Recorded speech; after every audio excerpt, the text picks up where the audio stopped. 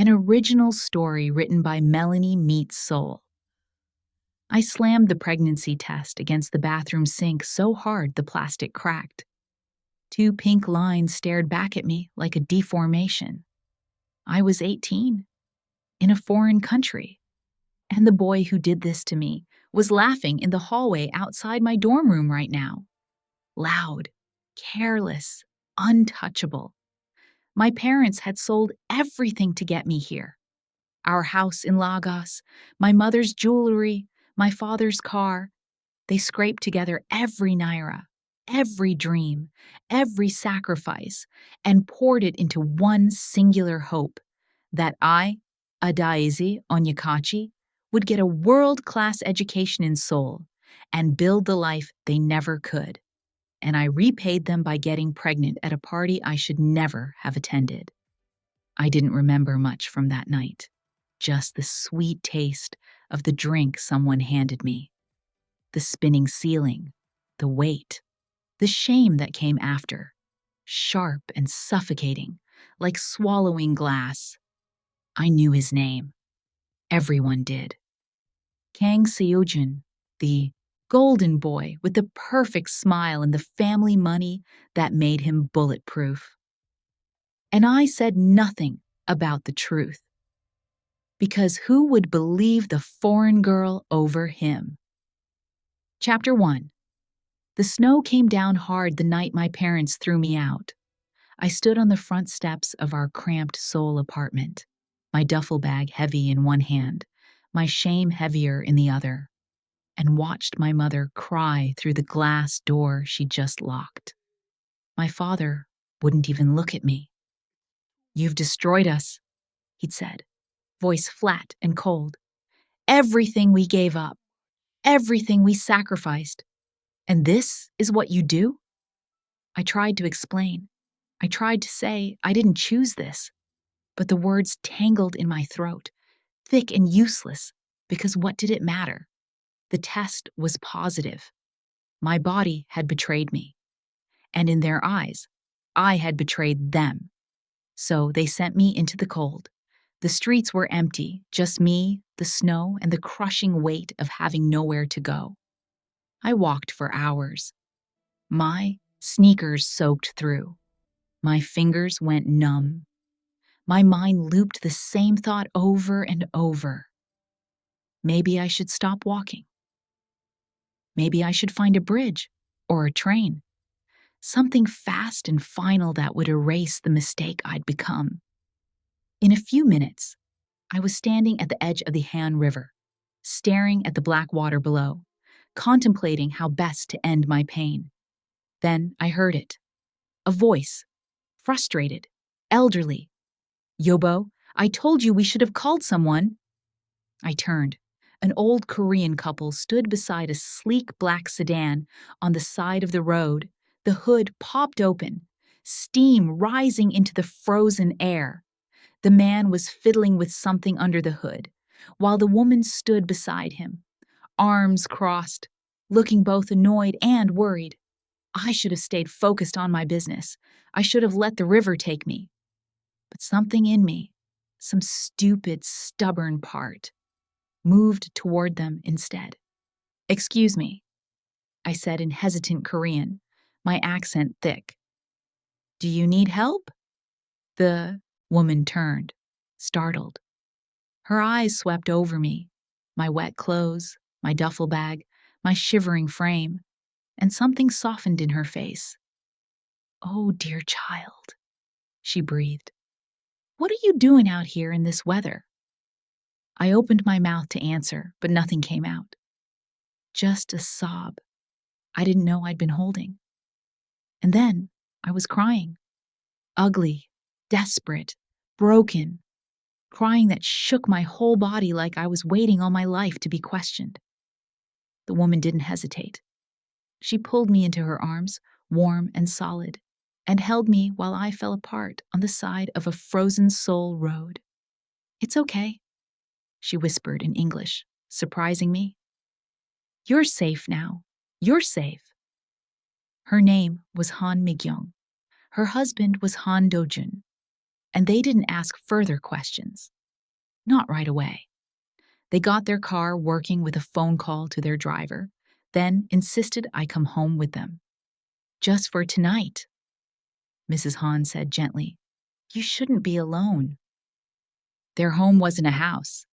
It was an estate, sprawling, modern, and so far removed from the cramped apartment I'd just been cast out of that I almost laughed. But I was too tired to laugh, too empty. They sat me in a warm kitchen, draped a blanket over my shoulders, and Mrs. Han made me tea while Mr. Han disappeared to prepare a guest room. Now, she said, settling across from me with kind, patient eyes. Tell me what happened. So I did. I told her everything I could not say to my parents. I told her about the party, the drink, waking up in a room I didn't recognize with my clothes on wrong, the pregnancy test, my parents' wrath, my homelessness, and the burning cold. I told her about Kang Taerim and how untouchable he was. However, I did not mention his name. She wouldn't know him even if I did. I told her I was 18, and now completely alone. And when I finished, I waited for the judgment, the disappointment, the inevitable moment when she'd realize I wasn't worth saving. But it never came. Instead, Mrs. Han reached across the table and took my hand. You will stay here, she said firmly, for as long as you need. You are not alone anymore, Adaeze. Her words made me break down again, because kindness, after cruelty, is the sharpest blade. Chapter 2. I'd been living with the Hans for 2 weeks when I first heard about the grandsons. Mrs. Han mentioned them casually one morning over breakfast. Our grandsons live in Seoul too, but they're busy. They don't visit often. There was sadness in her voice, something unspoken and heavy. They're good boys, Mr. Han added quietly. They've just been through a lot. I didn't press. I was a guest in their home, a charity case they'd taken in out of pity. I had no right to their family secrets, so I didn't ask questions, though I was desperate to know more. But a week later, everything changed. I was in the living room, folding laundry Mrs. Han had insisted I didn't need to do, when the front door slammed open. A man walked in, tall, broad-shouldered, dressed in all black. His face was sharp and cold, his eyes darker than the winter sky. He moved like violence was a language he spoke fluently. His gaze swept the room and landed on me. I froze. Who the hell are you? He asked in Korean, his voice low and dangerous. Mrs. Han appeared from the kitchen, smiling. Taerim, you're home. Taerim, the eldest grandson, the one Mrs. Han had mentioned in hushed tones. She'd mentioned once that he runs a complicated business, and he's intense. Intense was an understatement. Halmioni, he said, not taking his eyes off me. Why is there a stranger in your house? She's not a stranger. She's Adaeze. She's staying with us. His jaw tightened. You took in a random girl off the street? She needed help. And you didn't think to tell me? His voice was sharp now, controlled fury simmering beneath the surface. I stood, clutching the laundry. I can leave if... No, Mrs. Han said firmly, stepping between us. You're not leaving. Taerim, sit down and stop being rude. For a moment, I thought he'd argue, but something in his grandmother's tone made him pause. He sat, slowly. His eyes never left mine. Explain, he said. So Mrs. Han did. She told him everything, minus the details I'd asked her to keep private. When she finished, Taerim was silent for a long moment. Then he stood, walked past me without a word, and disappeared upstairs. I exhaled. Don't mind him. Mrs. Han said softly. He's protective, but he has a good heart buried under all that ice. But I doubt he does. That night, I couldn't sleep. I wandered downstairs for water and found Taerim in the kitchen, leaning against the counter with a glass of whiskey. He looked up when I entered. His expression was unreadable. Can't sleep? He asked. I shook my head. Silence stretched between us. Awkward. Heavy. Then he spoke. My grandparents lost their son 5 years ago. My father, someone, killed him and my mother in what the police called a robbery gone wrong. I froze. They've been lonely ever since. My brother and I, we haven't been good to them. We've been too angry, too consumed with finding the people responsible. His voice was flat, detached, lacking emotions in every form. So, if you're here because you need help, fine, stay. But if you hurt them, if you take advantage of their kindness, I will make you regret it. It wasn't a threat. It was a promise. I met his gaze. I would never hurt them. They saved my life. He scoffed and scrunched his nose. We'll see. Then he drained his glass and walked out like a wild wind. I stood there in the dark kitchen, my heart pounding, wondering what I'd just walked into. Chapter 3. 3 months passed in a blur. My belly grew. My English tutoring sessions with Mrs. Han turned into genuine friendship. Mr. Han taught me how to play jangi, Korean chess, on quiet afternoons. And Taerim watched. He came home more often now. Not for long, an hour here, a dinner there, but enough that I started to recognize the pattern. He'd walk in, scan the room until his eyes found me, then relax by a fraction, like he was checking inventory, making sure I was still there. We didn't talk much, but sometimes, late at night, when insomnia dragged us both downstairs, we'd sit in the kitchen in comfortable silence. Him with his whiskey, me with my ginger tea. He never asked about the father, never acted like he noticed. But once, when I winced and pressed a hand to my lower back, he'd wordlessly pulled out a chair and gestured for me to sit. Then he'd disappeared and returned with a heating pad. My mother used one when she was pregnant with my brother. He'd said quietly. It was the most personal thing he'd ever shared. I was starting to think maybe Mrs. Han was right. Maybe there was a heart under all that ice. Maybe I'd been wrong.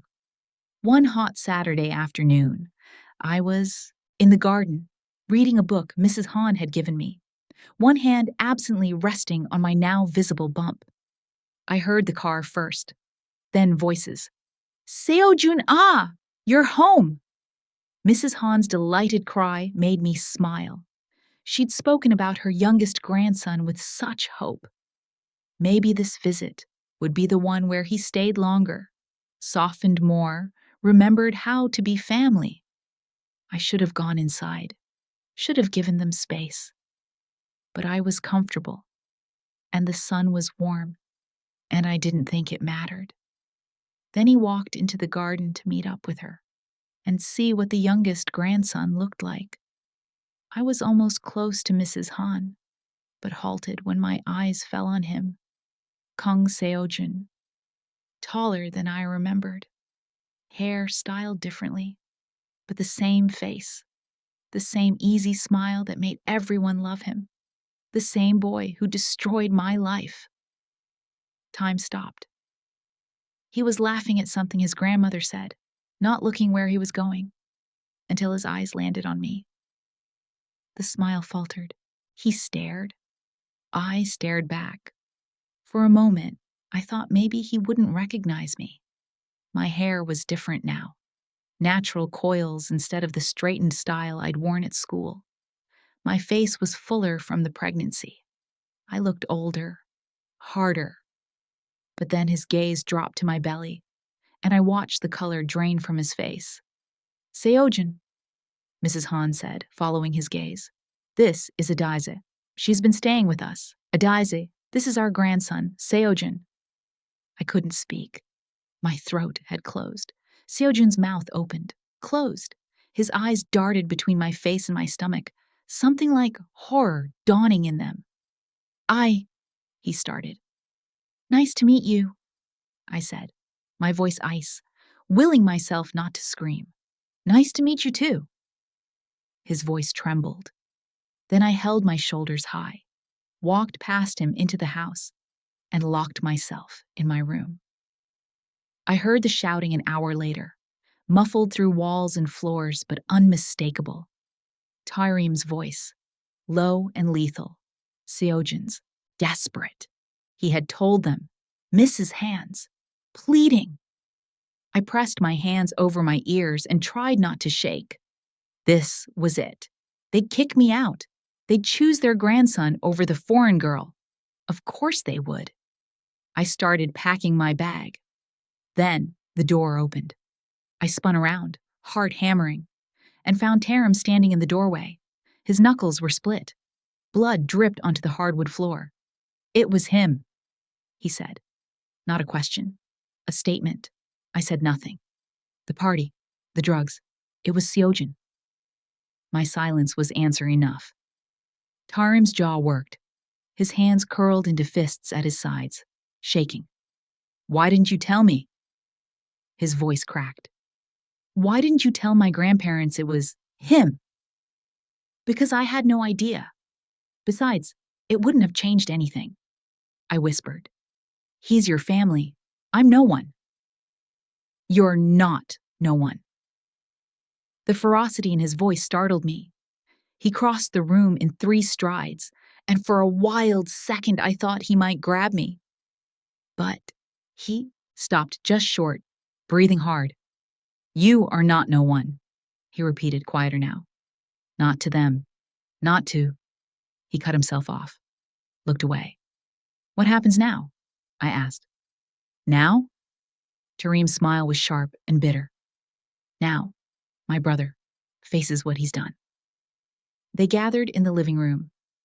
Mr. and Mrs. Han sat on the couch, looking older than I'd ever seen them. Seojin stood by the window, head down, hands shoved in his pockets. Taerim stood beside me like a wall. Adaeze, Mr. Han said gently. We need to hear it from you. Is Seojin the father? I looked at Seojin. He wouldn't meet my eyes. Yes, I said. Mrs. Han's breath hitched. Her hand flew to her mouth. I didn't. Seojin's voice broke. I didn't know. I swear, I didn't know she was... You didn't know because you were too drunk to remember her face. Taerim snarled. You drugged her, abused her, and forgot about it like it was nothing. I didn't drug her. Someone handed out drinks that night. I didn't. You took advantage of her while she was unconscious. What do you call that? Seojin flinched like he'd been struck. Enough, Mr. Han said quietly, but his voice carried weight. Seojin, look at her. Seojin finally turned. His eyes were red. I'm sorry, he whispered. Sorry doesn't fix this, I said. My voice didn't shake. Sorry doesn't give me back the life I lost. Sorry doesn't erase what you did. I know. Tears spilled down his cheeks. I know. I was messed up. I was drinking too much, partying too much, trying to forget about Mom and Dad, and I wasn't thinking. I wasn't seeing anyone. You were in pain, so you made someone else hurt worse, Taerim said coldly. That's not an excuse. That's cowardice.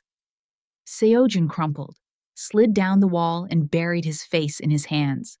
Mrs. Han was crying silently. Mr. Han looked like he'd aged a decade. What do you want, Adaeze? Mr. Han asked. Police? Lawyers? We will support whatever you choose. I hadn't expected that. I looked at Seojin, broken and sobbing on the floor. I thought about my own parents, who'd thrown me away without a second chance. I thought about the baby growing inside me who didn't ask for any of this. I want him to get help, I said finally. Therapy. Rehab if he needs it. I want him to understand what he did and why it was wrong. I want him to change. I paused. And I want him to stay away from me. He doesn't get to be part of this baby's life unless I decide he's earned it. Maybe never. Done. Mr. Han said immediately. Halmuni, Seojun started. No. Mrs. Han's voice was firm through her tears. You heard her? You will do exactly as she says. You will fix yourself, Seojun. And maybe one day, if you prove you're worthy, she'll forgive you. But that day is not today. Seojun nodded, broken. Taerim's hand brushed mine, just for a second. A silent show of solidarity. And I felt something other than shame. I felt lighter. Chapter 4. The house changed after that night. Seojun moved out, checked himself into a private rehabilitation facility that specialized in addiction and trauma counseling. He didn't argue, didn't fight, just left. Strange, but that was accountability. Mrs. Han cried for days. Not because she was angry at me, she made that abundantly clear, but because she'd failed to see how much pain her grandson had been in. I should have noticed, she said one afternoon, her hands wrapped around a teacup that had gone cold. I should have pushed harder, made him talk. You can't force someone to heal, I told her. They have to choose it. She looked at me with watery eyes. When did you get so wise? When I stopped having a choice, I said. Taerim stayed. Not all the time. His business still pulled him away for days at a time, but more than before.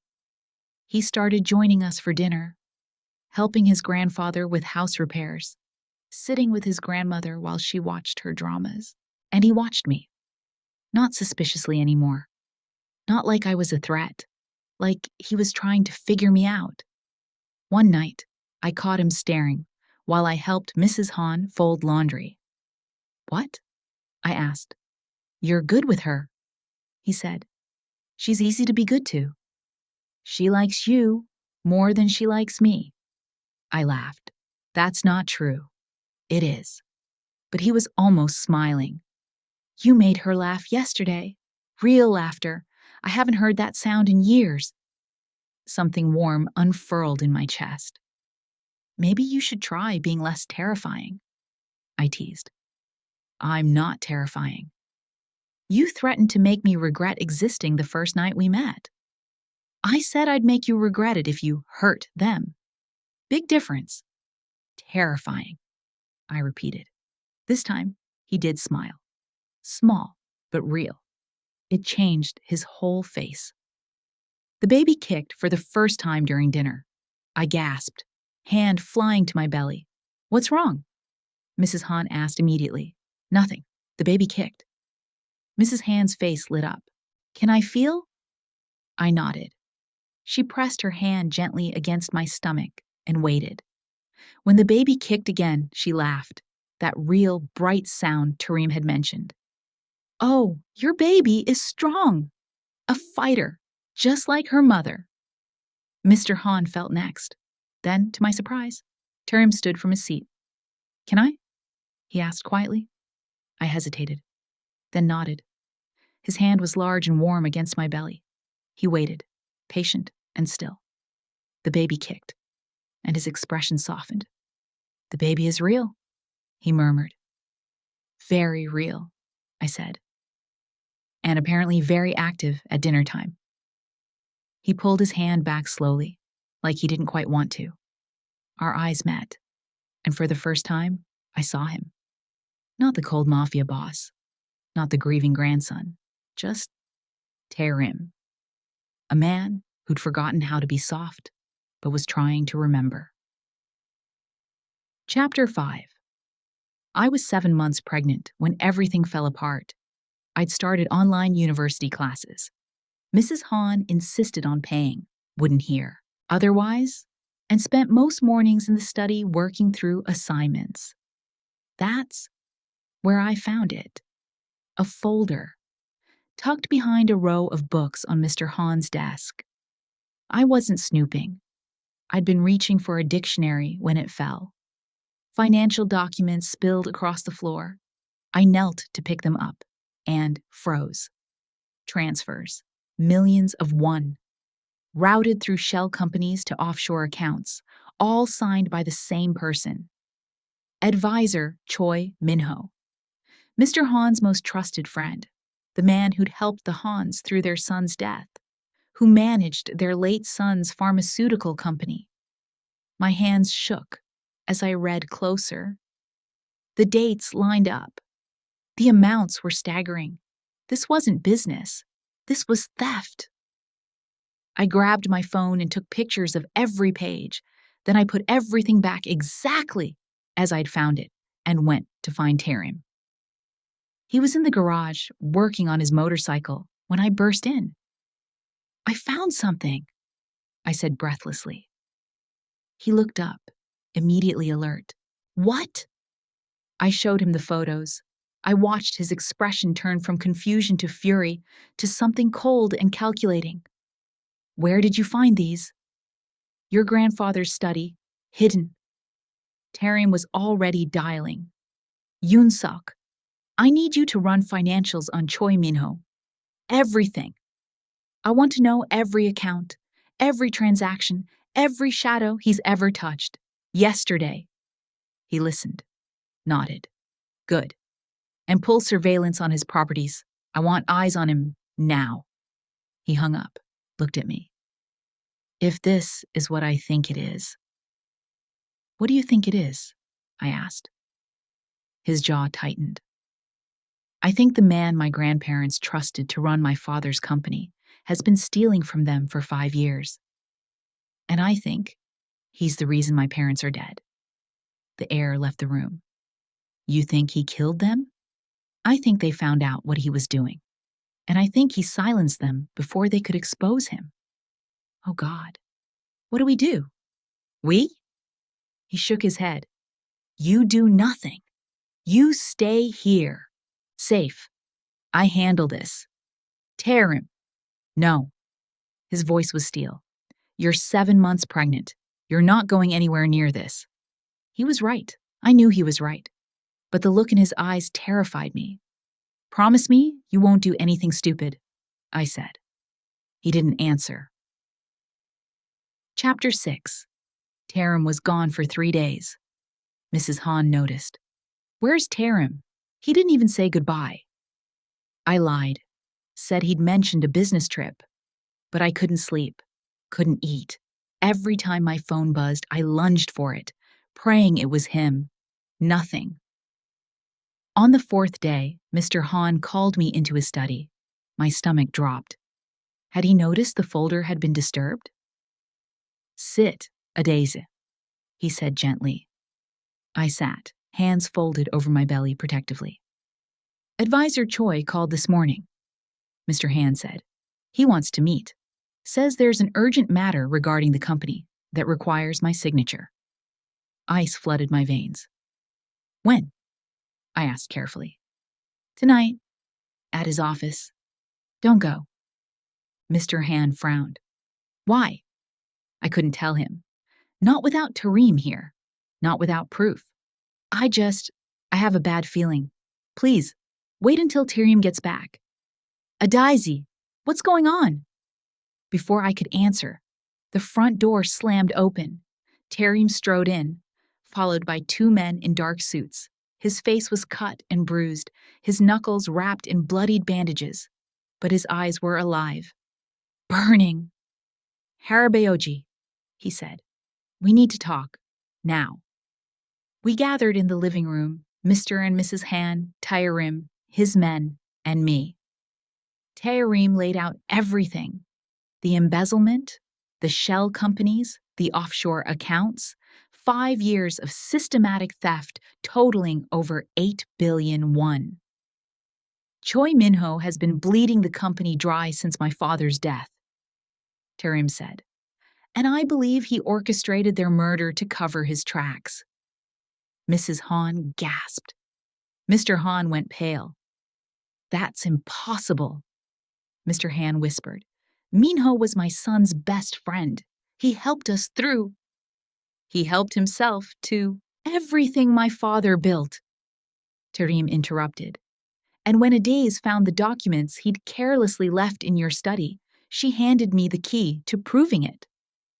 All eyes turned to me. I'm sorry, I said quickly. I didn't mean to snoop. A folder fell and… You have nothing to apologize for, Mr. Han said firmly. Then to Taerim. Do you have proof?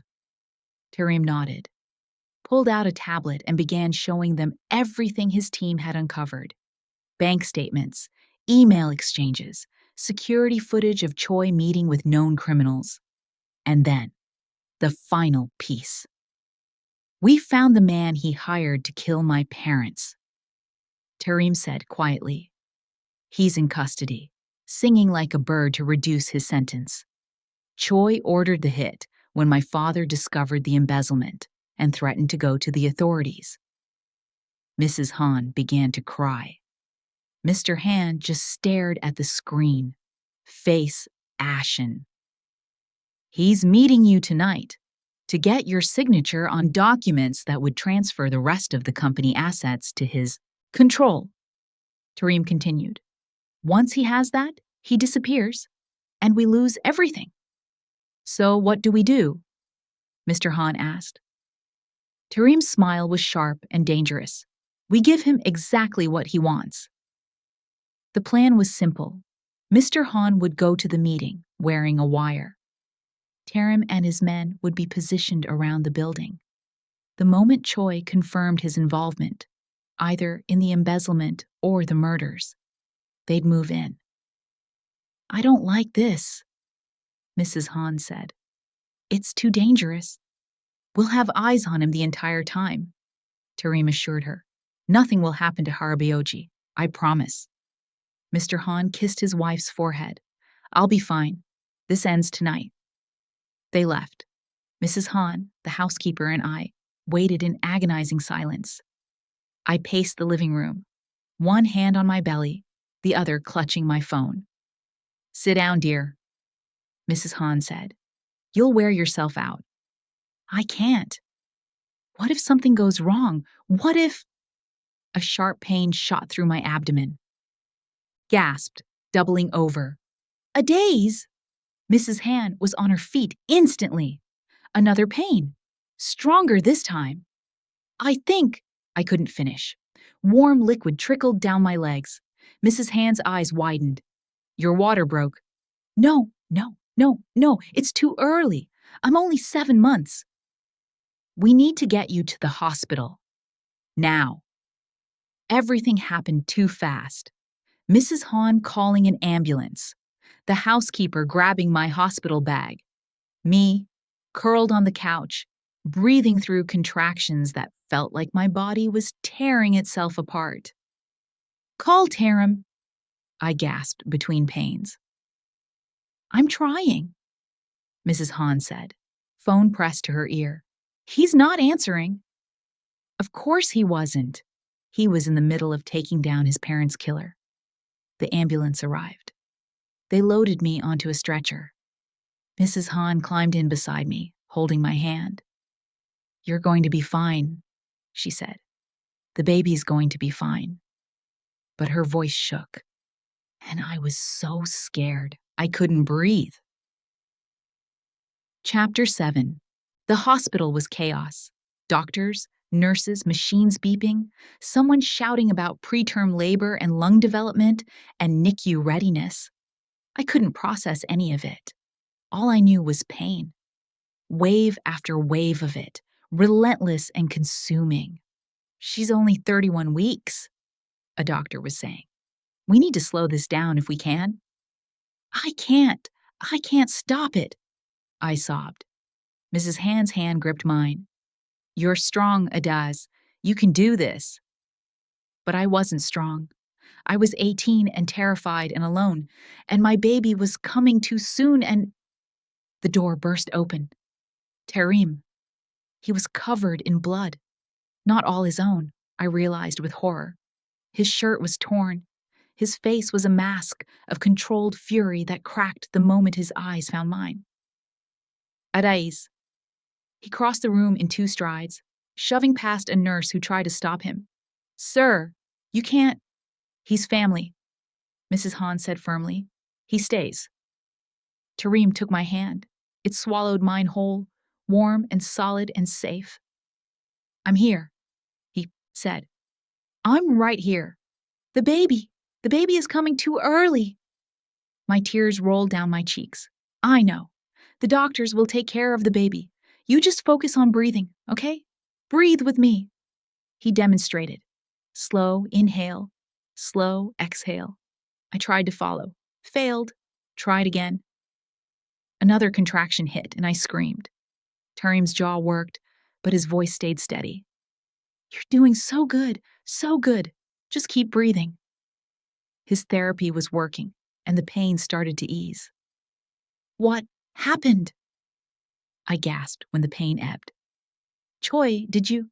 He confessed. Everything. It's over. Your grandfather is safe. In the waiting room with my grandmother.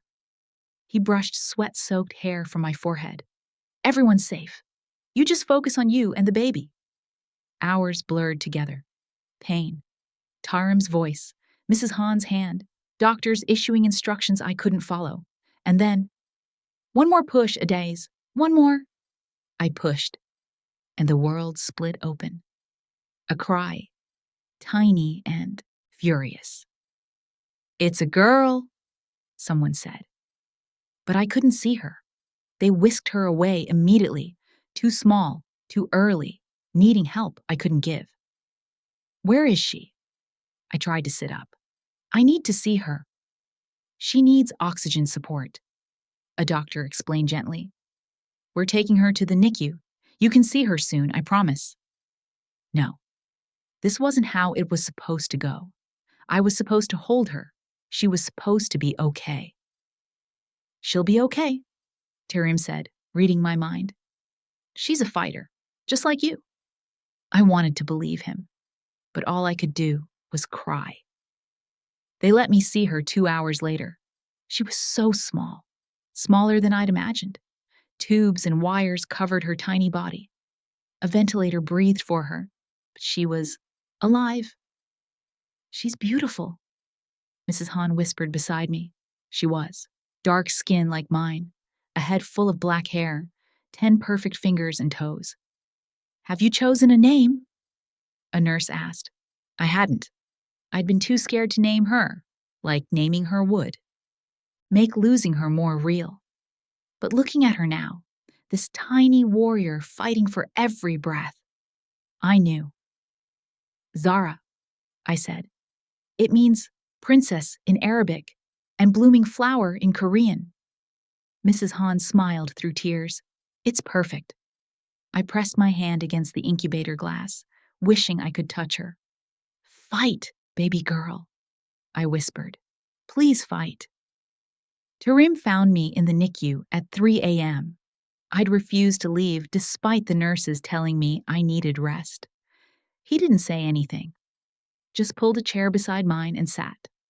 We watched Zara together in silence. Thank you, I finally said, for being there. You didn't have to. Yes, I did. Something in his voice made me turn. He was staring at Zara, but his expression was unguarded. Raw. When I got the call that you were in labor, I left everything. Choi was mid-confession and I didn't care. All I could think was that I needed to get to you. My breath caught. I've spent 5 years consumed by revenge, continued quietly. Every decision, every action, it was all about finding my parents' killer and making them pay. I forgot what it felt like to care about anything else. He looked at me. Then you showed up, and you reminded my grandparents how to laugh. You gave them purpose again. You gave me purpose. Taerim, I'm not asking for anything, he said quickly. I know you've been through hell.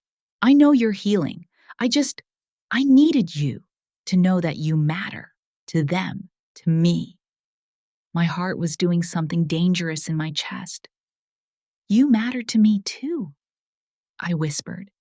His hand found mine in the space between our chairs. We sat there, fingers intertwined, watching my daughter fight for her life. And I realized something terrifying. I was falling in love with Kang Taerim.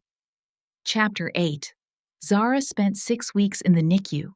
6 weeks of monitors beeping, nurses checking vitals, doctors offering cautious optimism. Wrapped in medical jargon I struggled to understand. 6 weeks of me living in that hospital, sleeping in uncomfortable chairs, pumping breast milk every 3 hours, and praying to every god I could name. The Hans visited daily. Mrs. Han brought homemade meals I forced myself to eat. Mr. Han read to Zara through the incubator, Korean folktales in his gentle voice. And Taerim. Taerim was there every single night. He'd show up after midnight, still in his work clothes, smelling like expensive cologne and danger.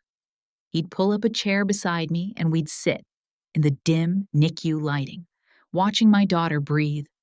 Sometimes we talked about everything and nothing, his childhood, my dreams, the life I'd planned before everything derailed. Sometimes we just existed together in silence. On week 4, I finally got to hold her. The nurse placed Zara on my bare chest, skin to skin, and I felt my entire world shift into place. She was so warm, so fragile, so mine. Hi, baby, I whispered, tears streaming down my face. I'm your mama. I'm right here. I'm not going anywhere. Taerim stood a few feet away, hands shoved in his pockets, watching with an expression I couldn't quite read. You want to try? I asked. His eyes widened. I don't want to hurt her. You won't. Come here.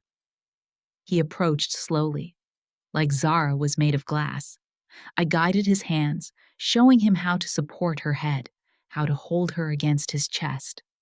When Zara settled against him, her tiny fist curling into his shirt, something cracked in his expression. She's so small, he murmured. She's strong, getting stronger every day. He looked down at her with something like wonder. She looks like you. Poor thing. No. His voice was firm. She's lucky. She has the most beautiful mother in the world. My breath caught. Our eyes met over Zara's head, and I knew, absolutely knew, that this man would protect my daughter with his life. On week 5, Seojin came. I was alone when he appeared in the NICU doorway, looking thinner than I remembered, his hair longer, his eyes clearer but haunted. We stared at each other. Can I come in? He asked quietly. I should have said no. Should have called security. Should have protected myself and my daughter from the boy who destroyed everything. But something in his face stopped me. He looked broken, but in a different way than before, like he'd been shattered and was trying to piece himself back together with hands that didn't quite work anymore. 5 minutes, I said. He approached slowly, stopping a respectful distance from Zara's incubator. She's beautiful, he whispered. I said nothing. I've been in therapy, he said. 3 months now, intensive.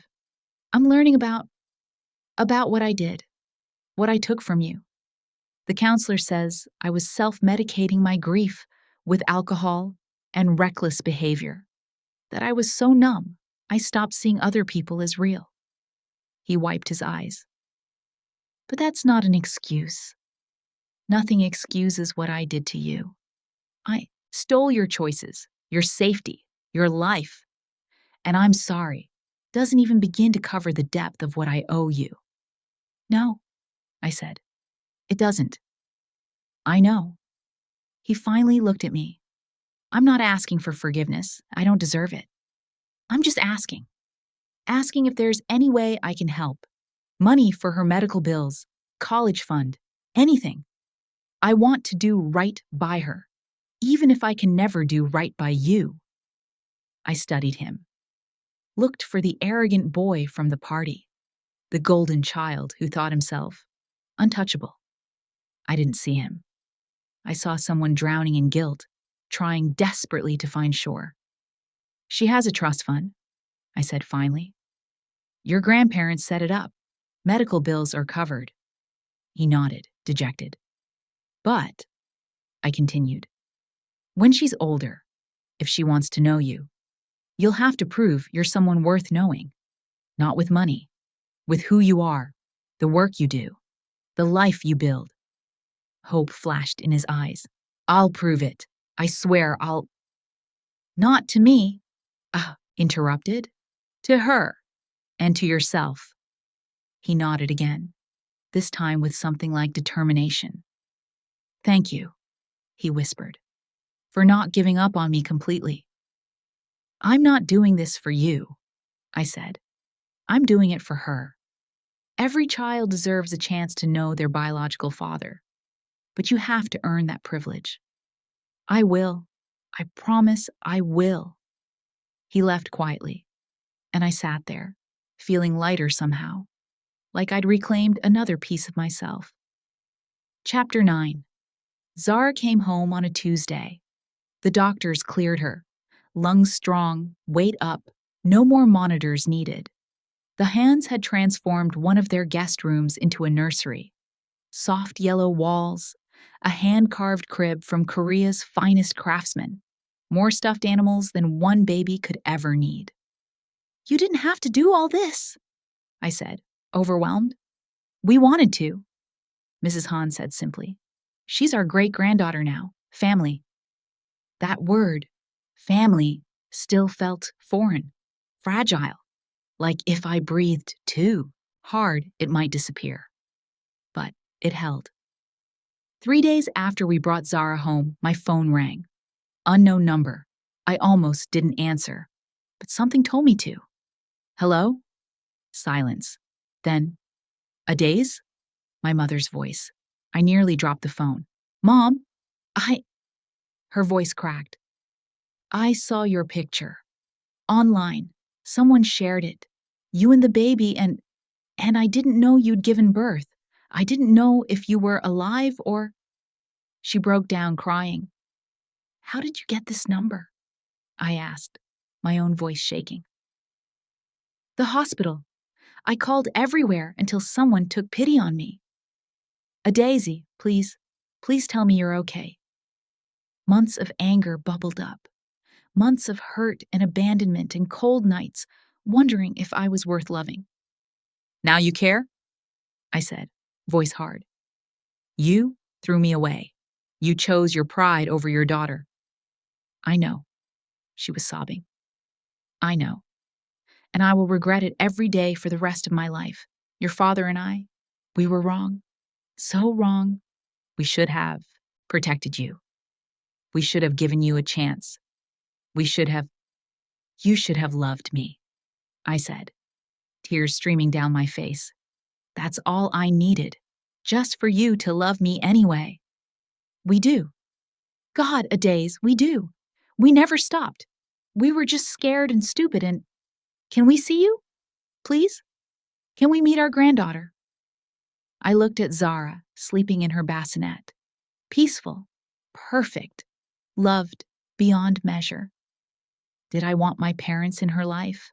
Did I want to risk her knowing the people who'd thrown me away? But then I remembered something Mrs. Han had said. Everyone deserves a chance to heal, even when they don't deserve forgiveness. I'm in Seoul, I said finally. If you want to meet her, you come here, to me, on my terms. Yes, anything. We'll book tickets tonight. And Mom? Yes? You don't get to hurt me again. Either of you. You want to be in Zara's life? You earn it. One day at a time. Understand? I understand. Thank you. Thank you, baby girl. I hung up. Taerim appeared in the doorway. Your parents? I nodded. How do you feel? Terrified, angry, hopeful, all of it at once. He crossed to me, tilted my chin up gently. Whatever you need, whether that's support or space or someone to stand between you and them. I'm here. I know, I whispered.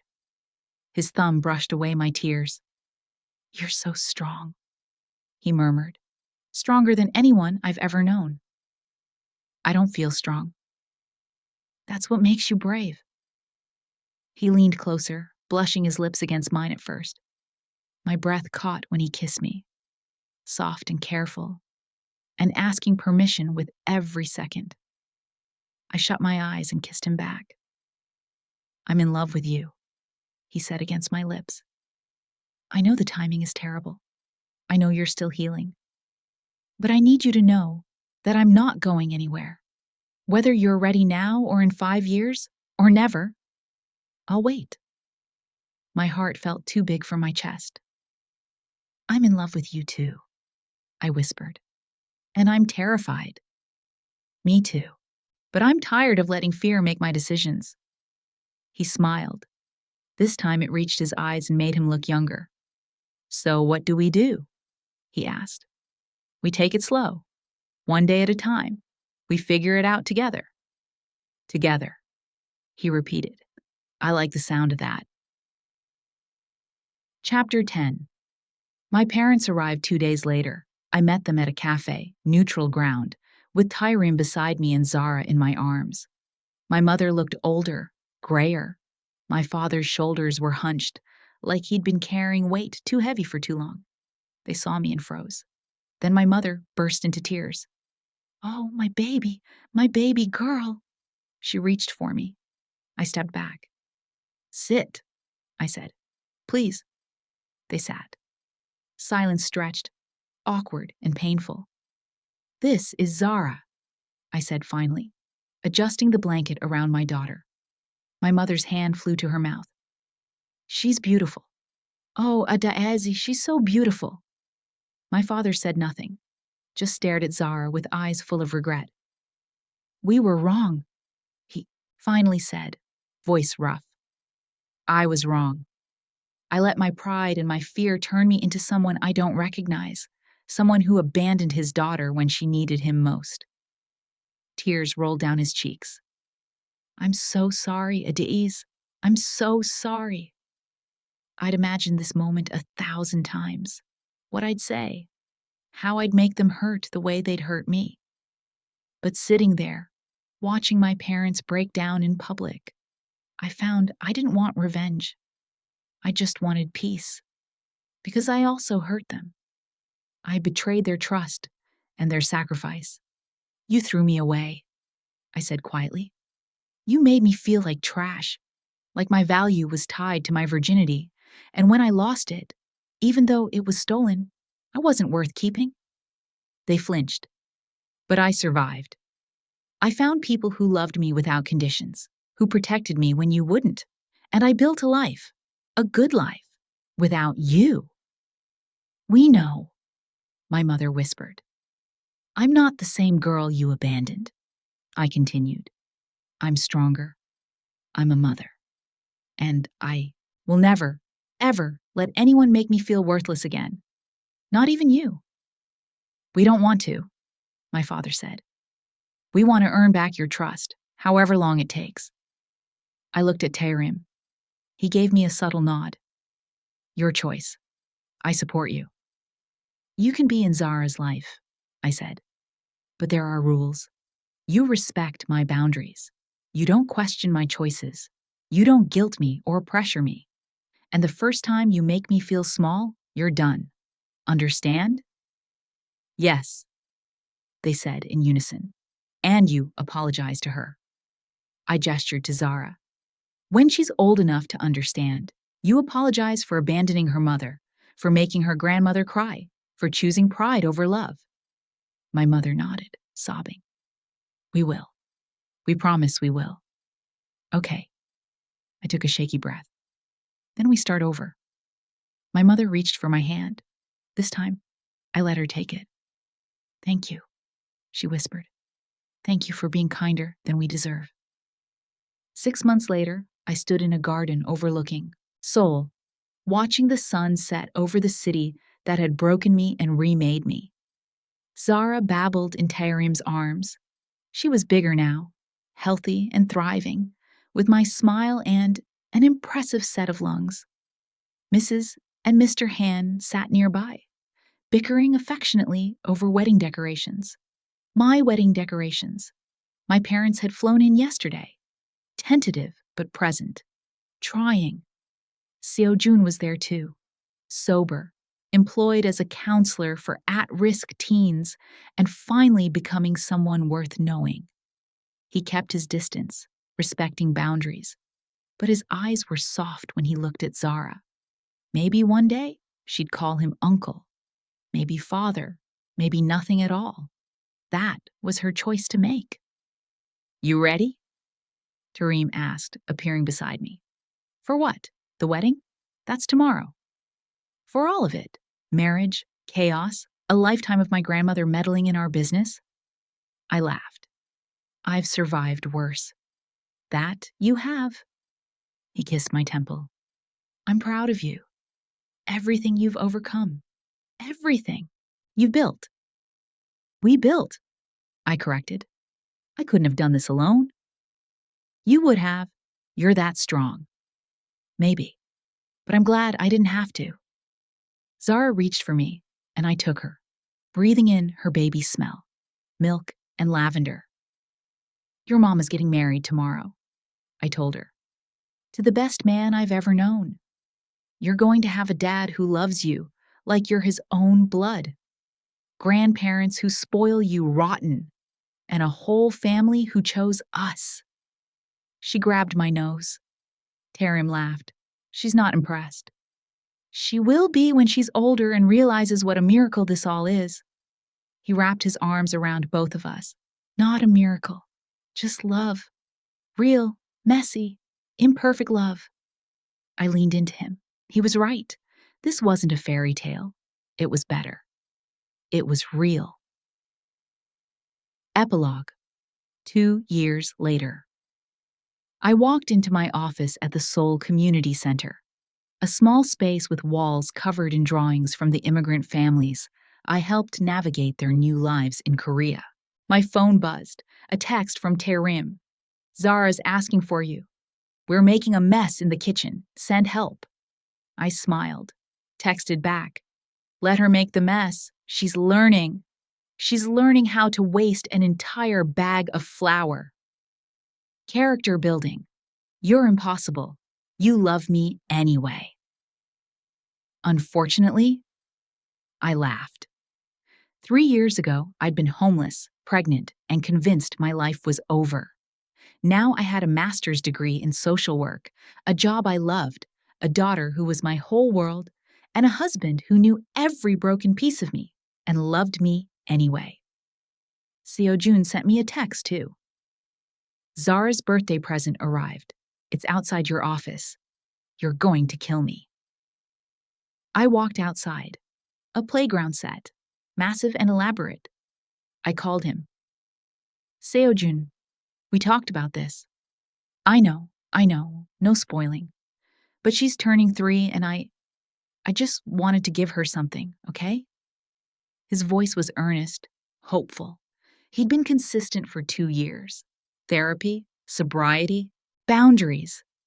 He sent child support without being asked, showed up to supervise visits on time, never pushed. Last month, Zara had called him Uncle Junie for the first time. He'd cried. It's too much, I said, but my voice was soft. I know. I'll return it if you want. I looked at the playground.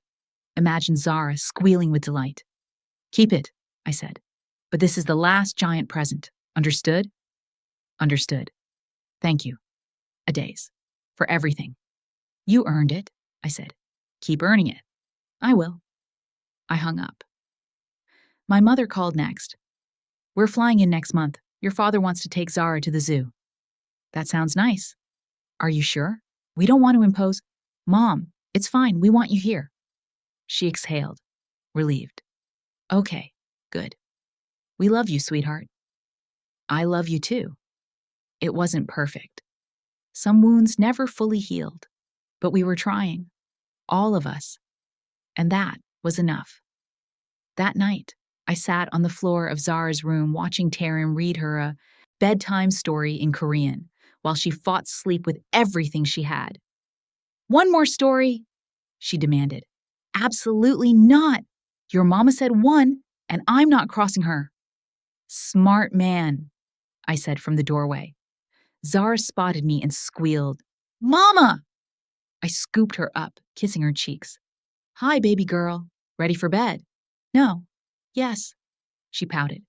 Taerim hid a smile. How about this? I said. You close your eyes, and Mama will tell you a story. A princess story? The best princess story. I tucked her in, Taerim sitting beside me, and began. Once upon a time, there was a girl who lost everything. Her home, her family, her hope. The world told her she was broken, and for a while, she believed it. Zara's eyes were already drooping. But then she met people who showed her something important. Being broken doesn't mean being worthless. Sometimes the most beautiful things are made from shattered pieces. And she found a family who loved her, a man who chose her, and a daughter who became her reason for everything. Did she live happily ever after? Zara mumbled, half asleep. She lived bravely ever after, I whispered. And that's even better. Zara smiled, eyes closed, and drifted off. Taerim took my hand. That was a good story, he said. It's my favorite, I said, because it's true. We sat there in the dark, watching our daughter sleep, and I realized something profound. I'd spent so long believing I was unworthy of love because of what had been taken from me. But love wasn't something you earned through perfection. It was something you built through choice. Every single day, we chose each other. And that was the happiest ending of all. The end. Hi, besties. To keep this channel running, please leave a comment on what you would have done if you were Adaeze's parents. Were they indeed wrong or right? Subscribe for more interesting stories, and welcome to my community.